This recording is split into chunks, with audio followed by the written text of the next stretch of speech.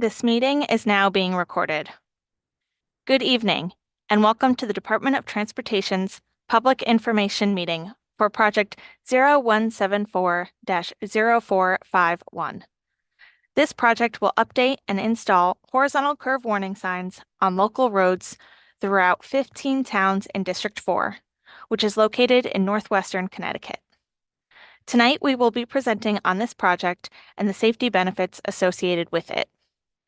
My name is Claire Sylvester, and I am the project engineer for this project from the Department of Transportation's Traffic Safety Unit. I want to thank everyone for taking time to join us. We hope this presentation is informative and that we are able to answer any questions or concerns in the question and answer session that will follow this presentation. If you are viewing this presentation on Zoom, you have the option to view captions or subtitles for this presentation. To turn on this feature, select the CC button on the bottom right corner of your screen to turn on the captioning. Then choose the language by selecting the settings wheel next to the CC button. Select Captions, Subtitles, and select the desired language. Before we start the presentation and introduce the project team, I would like to go over a few housekeeping items and explain the format for tonight's meeting. Our presentation will last approximately 20 minutes, and once it is completed, we will host a live question and answer session.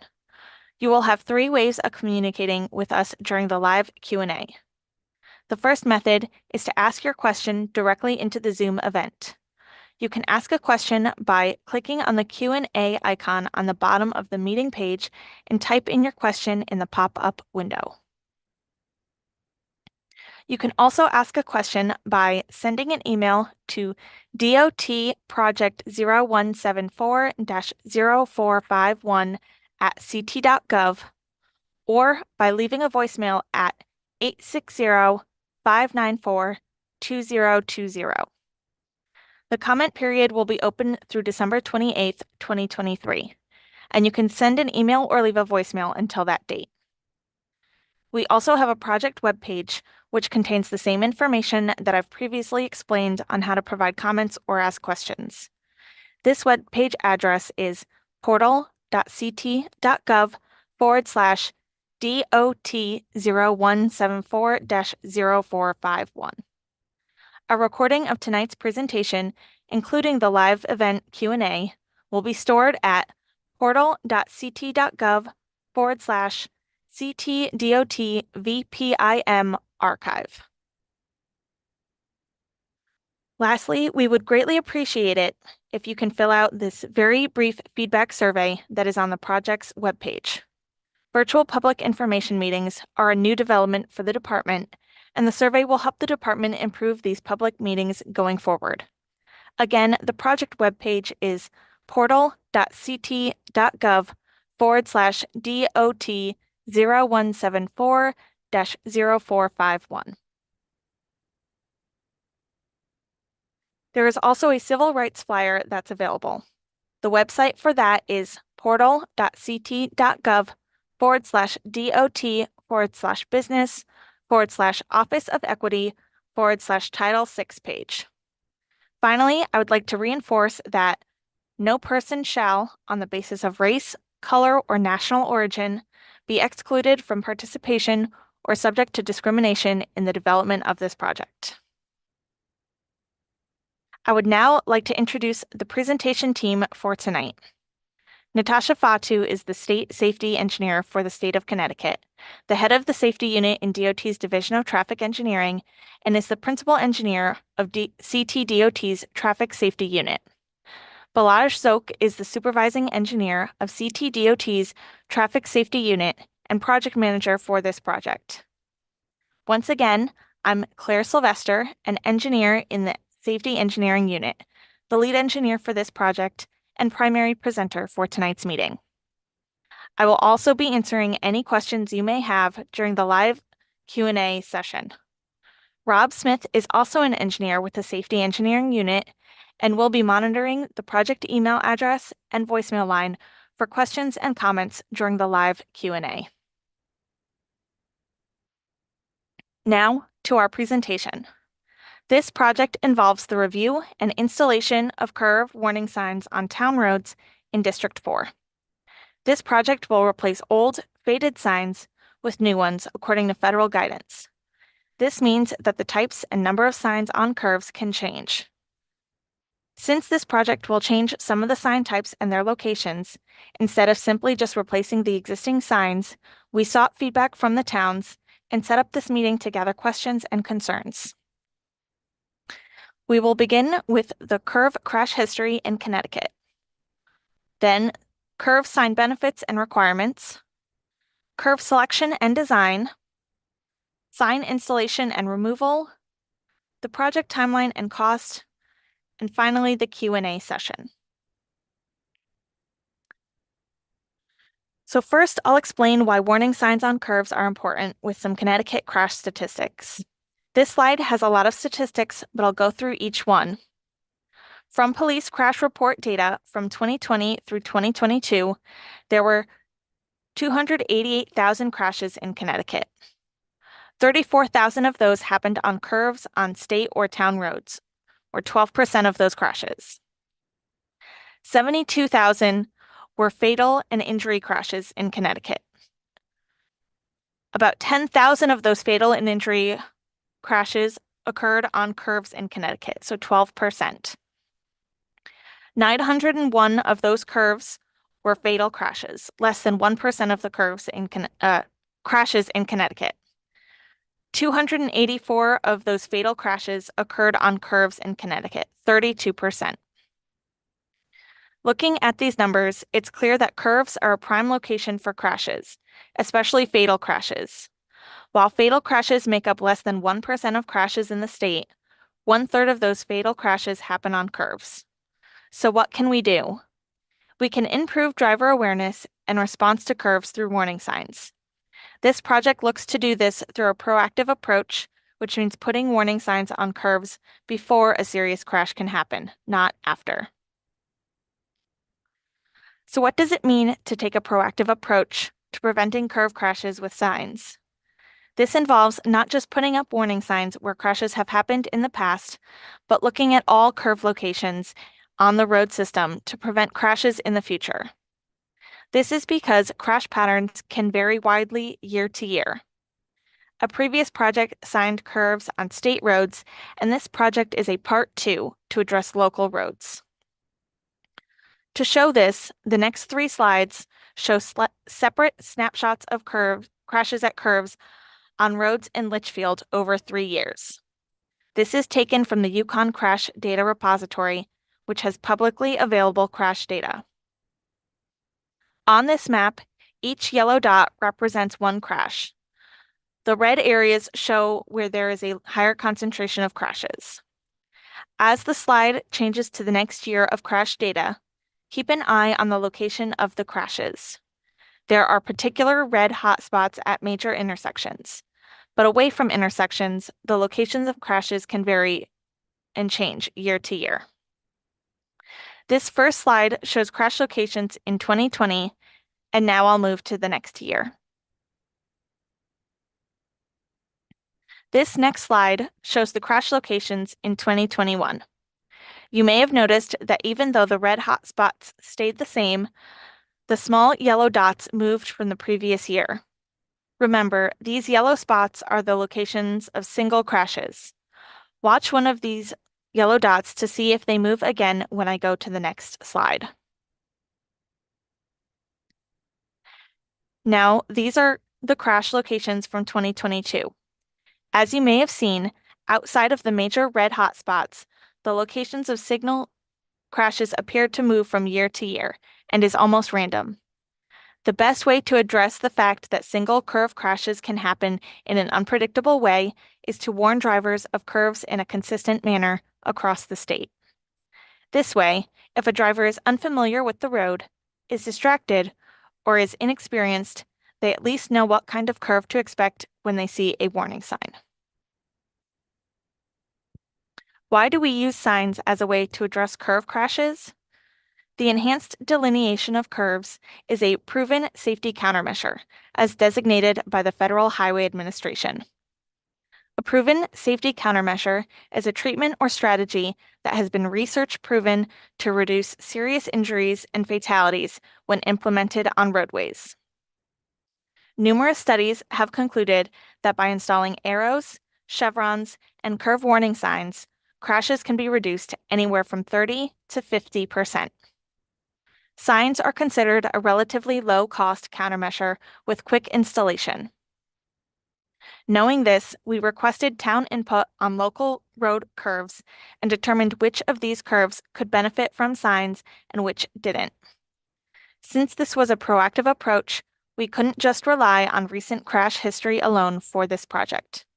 We had to determine which roads had the potential for crashes based on their layout and their surroundings. The primary crash risk factors we considered were advisory speed, the presence of an intersection, and whether the curve was on a hill. The advisory speed is the recommended speed a vehicle should travel to successfully navigate a curve. This takes the curve sharpness into account. The larger the difference between the advisory speed and the speed limit indicates the need for more warning signs. The advisory speeds in this project were determined by actually driving each of the curves. For an intersection in a curve, this is a location where side roads may be near or in a curve. In those locations, signs were recommended to warn drivers about vehicles turning into or out of the road. Finally, if the curve was on a hill, warning signs were recommended to let drivers know that there is a curve that they may not be able to see. As I mentioned in the last slide, curve warning signs are an example of a proven safety countermeasure, according to the Federal Highway Administration, along with the other countermeasures shown on this slide. Additional information can be found here by Googling proven safety countermeasures and clicking on the first link. The department's Safety Engineering Unit also has an informative website which provides additional information specific to Connecticut.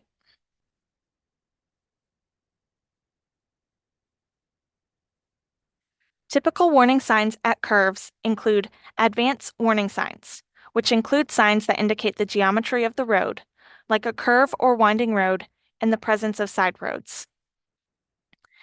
Advisory speed plaque. Federally required if advisory speed is at least 10 miles per hour below the speed limit. Chevrons or one-direction large arrows are for curves where the advisory speed is at least 10 miles per hour below the speed limit. Retroreflective strips, which are applied to the post of a sign to make the sign more visible, are another type of sign. These are only applied to signposts for chevrons and large arrows. The number of signs recommended at each curve location depended on the advisory speed of the curve. If the advisory speed is equal to or 5 miles per hour below the posted speed limit, not as many signs are needed. If it's at least 10 miles per hour below the speed limit, more signs are warranted. Looking at the map of District 4, we see all the different towns in northwestern Connecticut. To make this project possible, the towns were contacted and input was received from 15 towns about the curves on local roads, which were to be studied to determine which warning signs were appropriate according to federal guidelines. Engineering studies were performed at all curves identified for possible treatment. Over 230 curves shown in the highlighted towns. It was determined out in the field if signing treatment was necessary, and appropriate signage was reviewed and recommended. Based on national guidelines for sharp curves, chevrons and large arrows were recommended. For curves with intersections, advance warning signs were designed. If the existing signs did actually meet our current guidelines, then the design recommendation is to simply replace the old, faded signs with newer, easier to see ones. We wanted to make sure our placement of signs was as consistent as possible, while also taking into consideration local conditions. For example, if a proposed sign was blocking the view from a driveway or side street, the sign was relocated. Perhaps most importantly, the curve study identified road segments where warning signs were not warranted because of the curve's advisory speed was the same or greater than the speed limit, or because the signs didn't conform to our guidelines. The goal of this was so that drivers have a consistent expectation of what a warning sign means and won't ignore warning signs. Some factors that were looked at to determine if a sign was not warranted included if the curve was located near a traffic signal. Also, signs were not warranted if the advisory speed was greater than or equal to the posted speed limit and there were no intersecting streets or hills present. Since this project deals with local roads, the towns will be notified of any requested curves that do not meet warrants for signing, and removal of any existing signs at those locations will be left up to the engineering judgment of those towns. Looking at the project schedule and costs, final design plans will be completed in February of 2024. The project will be advertised for construction in March of 2024, and construction will begin in the summer of 2024. Construction should be completed through the summer of 2025. It's still to be determined when the project construction will start in each individual town. The construction cost of this project will be $305,000. This includes the actual sign installations and removals, police traffic control along the road, trimming of tree branches near signs, etc. This project is covered 100% by federal funds. And with that, I want to thank you for your time to listen to our presentation. And now it's time to hear from you in our live question and answer session. Remember, you can use the Zoom Q&A to send us live questions. You can also email us any questions or comments via the project email address or leave a voicemail message on the call-in phone line. We also want to encourage that you take our very brief feedback survey to help us improve how we deliver these virtual public information meetings. With that being said, do we have any questions from the email, voicemail, or the chat for us to answer? Thank you, Claire, for that great presentation. We are waiting for any questions that may be coming in, so we just want to thank everybody for coming out tonight and listening to the presentation. Hopefully it was very informative to everybody that attended. Just a reminder on how you can ask questions. Again, for those in chat, you can post a question in the Zoom live event chat. And this option is only available tonight, so the live event chat is just tonight. And if you ask the question, we'll get to it immediately. For everyone else, you may contact us by email at dotproject0174-0451@ct.gov, or you can call and leave a voicemail. Just make sure you reference the project number at 860-594-2020. Our project webpage does have a large amount of information that Claire did cover, but it's got some additional info as well if anybody wanted to peruse that. And I also wanted to mention that the comment period is open for 2 weeks from today, so up until December 28th. So any questions that you may have that you don't think about tonight that come to you later, there is a 2-week period to ask that, again, either by email or by phone. The chat option is only available tonight for Zoom Q&A. I also would like to remind and encourage everybody to participate in the survey link that we have provided in the chat. And that is portal.ct.gov/CTDOT survey. We have not a question, a comment saying, great job. We are grateful for your work in Bethel. Thank you very much. Appreciate it. Thank you for showing up and listening to the presentation. Got another one saying, hello, thank you for the presentation. I live on Plank Road in Cheshire, and I think the road should be evaluated for speed and curves. So I believe any of the roads that would be reviewed for Cheshire would be under our District 1 project. So I would encourage you to look at State Project 0171-0472 for information on what streets we're looking at in Cheshire. Feel free to send us an email and I can look into more specific locations outside of this format. It's easier for me to answer those questions. Yep, so feel free to send the email directly to the email address that's on the screen, and we'll clarify after we get it that it's in a different district, just because Cheshire is not District 4. But again, feel free to just send an email specifically so that we have your contact information, and we'll be able to get back to you about that specific roadway.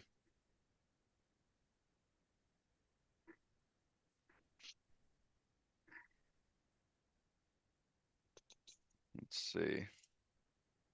Looks like we're not getting any emails or voicemails, so we're gonna hang on for just a little bit longer to see if anything comes in through tonight's live Q&A. But if not, we'll go ahead and wrap it up in a minute. So again, I'll give everybody just a minute in case there is something else that comes up. Otherwise, we'll wrap it up pretty soon. Having said that, again, if you do want to follow up with us, the email address to reach us at is dotproject0174-0451@ct.gov. You can leave a voicemail at 860-594-2020. The comment period is open for 2 weeks. We also have a brief survey link that we have provided. If you wanted to fill that out, that would be wonderful.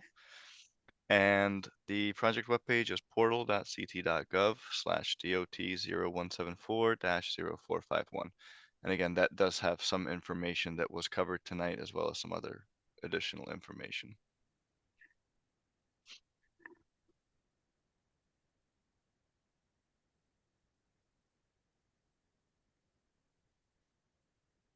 Okay, well, it looks like it's relatively quiet on the front. So with that, I wanted to thank everybody for joining us this evening. Again, the comment period is open for 2 more weeks, so feel free to reach out to us up until December 28th. And then the project webpage does have a copy of the presentation. There will be a video posted of tonight's presentation as well. So yeah, with that, I want to thank everybody again for your time, and enjoy the rest of your night, and happy holidays. Thank you.